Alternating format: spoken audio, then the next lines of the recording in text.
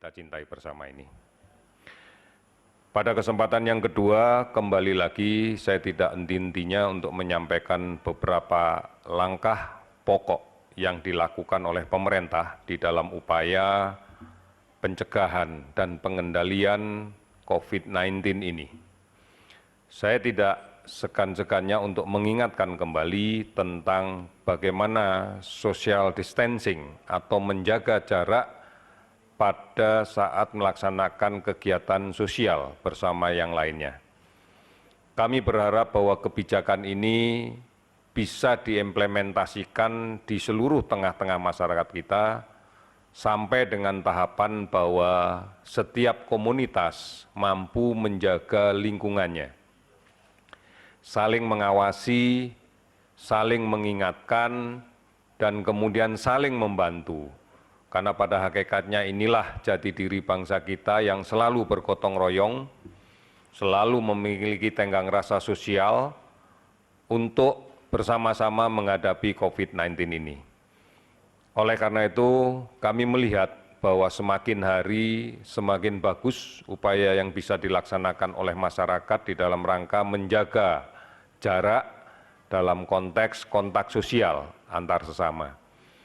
Sudah cukup banyak yang memahami, namun ini masih perlu kita tingkatkan karena inilah salah satu cara yang paling efektif untuk menghindari, mencegah penularan dari satu orang ke orang yang lain.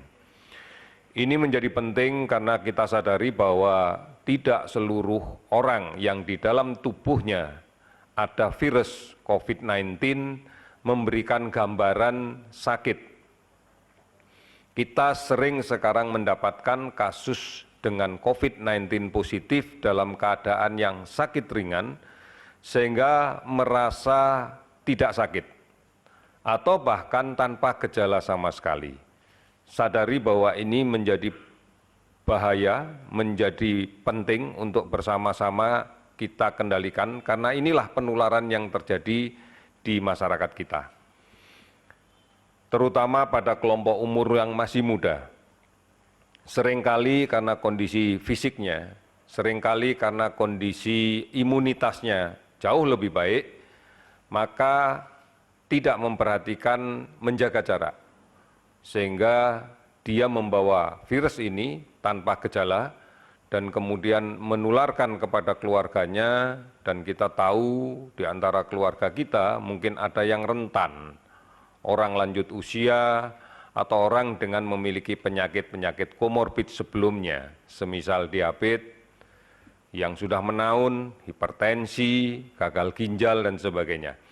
Nah, mereka-mereka inilah kemudian kalau tertular akan masuk dalam kondisi yang berat dan tidak menutup kemungkinan untuk bisa memberikan ancaman terhadap jiwanya. Oleh karena itu, mari bersama-sama kita sadari bagaimana seharusnya kita bersikap di dalam menghadapi pandemi global COVID-19 ini, COVID-19 ini, sehingga kita harapkan bersama-sama kita bisa mengurangi aspek kemungkinan penularan antar orang. Ini yang penting. Kemudian yang kedua, kami menyadari bahwa semua ingin sehat, semua ingin tidak terkena penyakit ini. Oleh karena itu, manakala kemudian muncul gejala, kita harapkan yang pertama tidak panik, kemudian konsultasikan segera ke fasilitas kesehatan yang terdekat, ke dokter, ke puskesmas, ke rumah sakit, ataupun kemana. Dari sanalah kemudian tentunya dokter secara profesional akan mulai melihat, menilai apakah ada indikasi yang kuat untuk kemudian kita lakukan pemeriksaan swab untuk mencari kemungkinan ini adalah terinfeksi virus dan kemudian seberapa beratnya dan kemana harus kita rujuk di rumah sakit. Kita sadari bersama bahwa sekarang rumah sakit kita didatangi oleh banyak orang dan kemudian kapasitasnya hampir melebihi batas yang ada. Tetapi kalau kita lihat dan kita teliti dengan baik, sebenarnya banyak di antara mereka yang sebenarnya tidak perlu diindikasikan untuk masuk ke rumah sakit. Karena positif dengan keluhan yang ringan, sebenarnya cukup untuk melakukan isolasi diri. Strategi yang selanjutnya yang harus segera kita pahami adalah bagaimana kita melakukan isolasi diri. Isolasi diri ini memiliki makna bahwa kita secara aktif melakukan upaya untuk melakukan pencegahan agar tidak menularkan ke orang lain manakala kita yakini atau kita duga diri kita sedang sakit.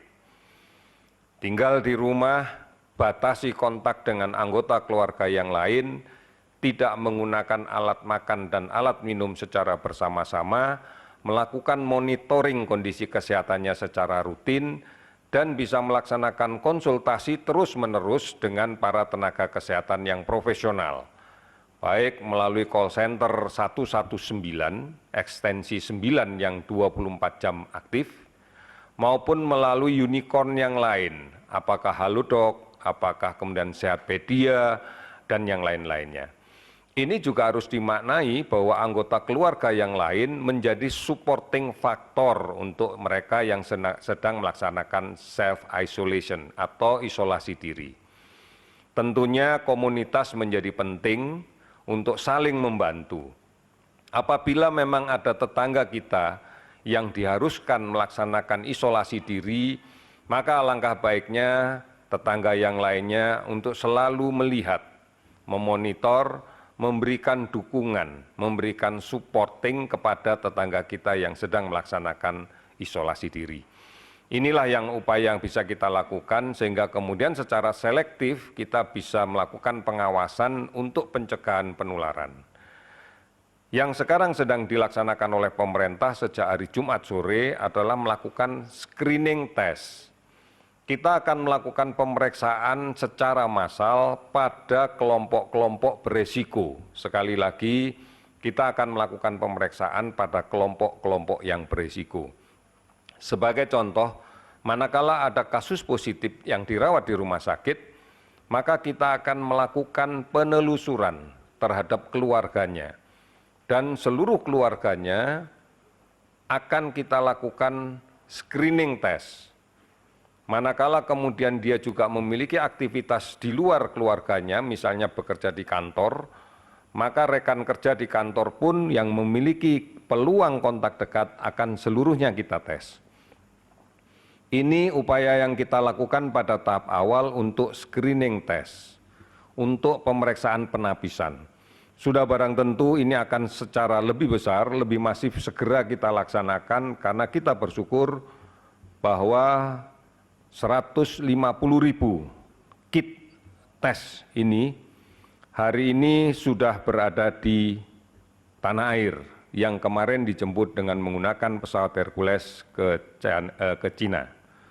Posisi terakhir yang kami terima adalah bahwa pesawat sedang transit di Natuna untuk kemudian tidak berapa lama lagi akan melanjutkan perjalanan menuju Jakarta. Oleh karena itu dengan 150.000 kit, maka kita akan sebarkan ke seluruh tanah air sesuai dengan pengelompokan resiko, faktor resiko di masyarakat atas dasar kasus positif yang kita layani di rumah sakit. Ini yang menjadi acuan kita dan tidak berapa lama lagi kita juga akan mendatangkan jumlah yang lebih besar sehingga target kita adalah 1 juta kit untuk memeriksa kelompok yang berisiko di antara masyarakat kita. Kemudian sudah barang tentu dari hasil pemeriksaan ini, karena ini penapisan, karena ini screening, pasti harus ada follow up-nya. Yang pertama, apabila ditemukan kasus negatif, maka kita akan meminta siapapun yang hasilnya negatif untuk tetap melakukan social distancing, tetap melakukan untuk menjaga jarak dengan siapapun. Karena hasil negatif tidak memberikan jaminan bahwa yang bersangkutan tidak terinfeksi. Kita pahami bahwa rapid test, tes cepat yang kita lakukan sekarang ini, basisnya adalah melihat respon serologi darah dari infeksi COVID-19. Sehingga tentunya pada infeksi yang masih berada di kisaran sebelum 7 hari, 6 sampai 7 hari, tentunya respon imunologi belum muncul. Hasilnya pasti negatif meskipun di dalam tubuhnya sudah ada infeksi. Oleh karena itu ini harus diulang lagi di 7 hari berikutnya untuk memastikan apakah memang betul-betul negatif atau memang masih pada masa di mana respon serologinya belum terbentuk. Nah, inilah yang kemudian menjadi dasar buat kita bahwa tidak ada satupun yang memberikan garansi bahwa kalau pemeriksaannya negatif itu dimaknai tidak terinfeksi. Apabila 2 kali dilakukan pemeriksaan dan ternyata tetap negatif, kita bisa meyakini bahwa saat ini sedang tidak terinfeksi, tetapi bisa besoknya terinfeksi manakala upaya untuk kontak dekat tidak dijalankan, kemudian upaya untuk melakukan isolasi diri dari orang lain yang positif tidak dijalankan dengan baik. Ini yang menjadi penting sehingga kita harus memahami itu. Manakala hasilnya ditemukan positif, maka kita akan melakukan pemeriksaan ulang dengan menggunakan PCR.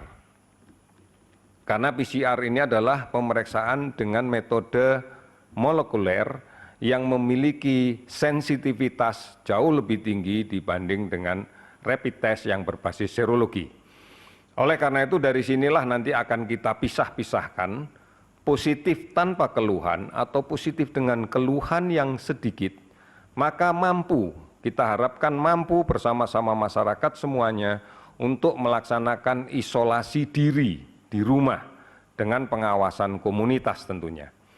Namun apabila disertai dengan gejala ringan sedang, maka pemerintah sudah menyiapkan penambahan ruang isolasi rumah sakit. Beberapa saat yang lalu kita sudah mendengar bersama-sama bahwa ada satu hotel oleh pihak swasta yang didedikasikan untuk isolasi rumah sakit di dalam jumlah yang besar. Bahkan sekarang Wisma Atlet sedang dalam proses untuk kita kejar segera siap. Harapannya hari Senin besok juga sudah bisa dioperasionalkan. Dua-duanya ini adalah prototipe yang kita bangun di pusat, harapannya nanti juga akan dilaksanakan oleh pemerintah daerah dalam rangka melaksanakan isolasi rumah sakit. Sehingga hanya untuk kasus-kasus sedang berat dengan komplikasi yang berat, ini sajalah yang kita kirim ke rumah sakit yang memiliki ruang isolasi tekanan negatif dengan peralatan yang canggih. Ini menjadi penting karena kita harus selektif betul memanfaatkan kapasitas rumah sakit yang ada. Sehingga kita tidak kemudian secara tergesa-gesa, kita seluruhnya dimasukkan di rumah sakit, nanti kalau sudah ada pasien yang kemudian memiliki tuntutan layanan rawatan untuk menengah dan berat, sedang sampai berat, kita jadi kelabakan untuk menyiapkan. Ini tentunya akan mutlak membutuhkan kerjasama semua pihak, bukan hanya pemerintah. Di dalam komponen pemerintah itu adalah mengintegrasikan kapasitas sipil militer, juga dengan dunia usaha dan masyarakat. Ini menjadi kunci keberhasilan kita bersama-sama untuk memerangi COVID-19. Yang terakhir saya akan menyampaikan update dari kasus positif yang kita rawat sampai dengan tanggal hari ini pada pukul 12.00. Ada penambahan kasus positif sebanyak 64 orang, sehingga totalnya adalah 514 orang. Ada juga penambahan kasus yang sudah sembuh, sudah 2 kali pemeriksaan negatif dan dinyatakan sembuh dan dibolehkan pulang, sebanyak 9 orang sehingga totalnya menjadi 29 orang. Namun juga ada penambahan kasus yang meninggal dari perjalanan penyakit ini sebanyak 10 orang, sehingga total yang meninggal pada posisi sekarang adalah 48 orang. Distribusinya bisa dilihat di dalam tabel, dan data ini sudah kami berikan kepada Kepala Dinas Kesehatan Provinsi untuk kemudian dilanjutkan ke rumah sakit bagi kepentingan layanan rawatan rumah sakit, dan kemudian diberikan kepada dinas dalam kepentingan untuk melaksanakan kontak tracing. Sudah barang tentu informasi ini juga sudah dilaporkan oleh kepala dinas masing-masing kepada kepala daerah masing-masing. Ini yang kemudian harus kita bangun sekali lagi, bahwa social distancing, menjaga jarak itu harus kita laksanakan dengan basis komunitas saat ini. Harapan kita adalah masyarakat saling mengingatkan, masyarakat saling mengawasi. Beberapa pembelajaran baik sudah kita didapatkan dari beberapa kasus ini. Kemudian yang berikutnya, kita juga sudah mulai menyiapkan tentang rumah sakit tambahan, screening, tes dengan menggunakan rapid test. Dan kemudian obat-obatan yang sudah akan kita gunakan pun juga sudah kita miliki. Namun sekali lagi, obat-obatan ini adalah atas resep dokter, atas indikasi yang diberikan oleh dokter. Tidak dibenarkan untuk kemudian kita simpan sendiri atau kita minum dengan konteks pencegahan. Karena secara keilmuan tidak ada upaya pencegahan dengan meminum obat tertentu. Kembali lagi bahwa menghindari, meminimalkan, membatasi kontak ini adalah cara yang paling baik. Yang kedua, jaga imunitas diri masing-masing agar tetap sehat, agar tetap bisa melaksanakan aktivitas ringan di rumah yang seimbang, karena bukan dimaknai bahwa bekerja dari rumah artinya tidak melaksanakan aktivitas apapun, ini justru akan menurunkan kondisi imunitas kita. Saudara-saudara, inilah beberapa hal yang saya sampaikan, mudah-mudahan bisa dipahami. Pemerintah secara serius, secara bersungguh-sungguh mengerahkan semua kapasitas yang dimiliki untuk menjaga agar yang sehat tetap sehat, tidak tertular, dan yang sakit segera bisa kita amankan untuk tidak menularkan kepada orang lain, dan kita berikan layanan yang terbaik agar segera sehat kembali, dan kita bersama-sama akan menuju ke masa depan yang lebih baik. Terima kasih, selamat sore.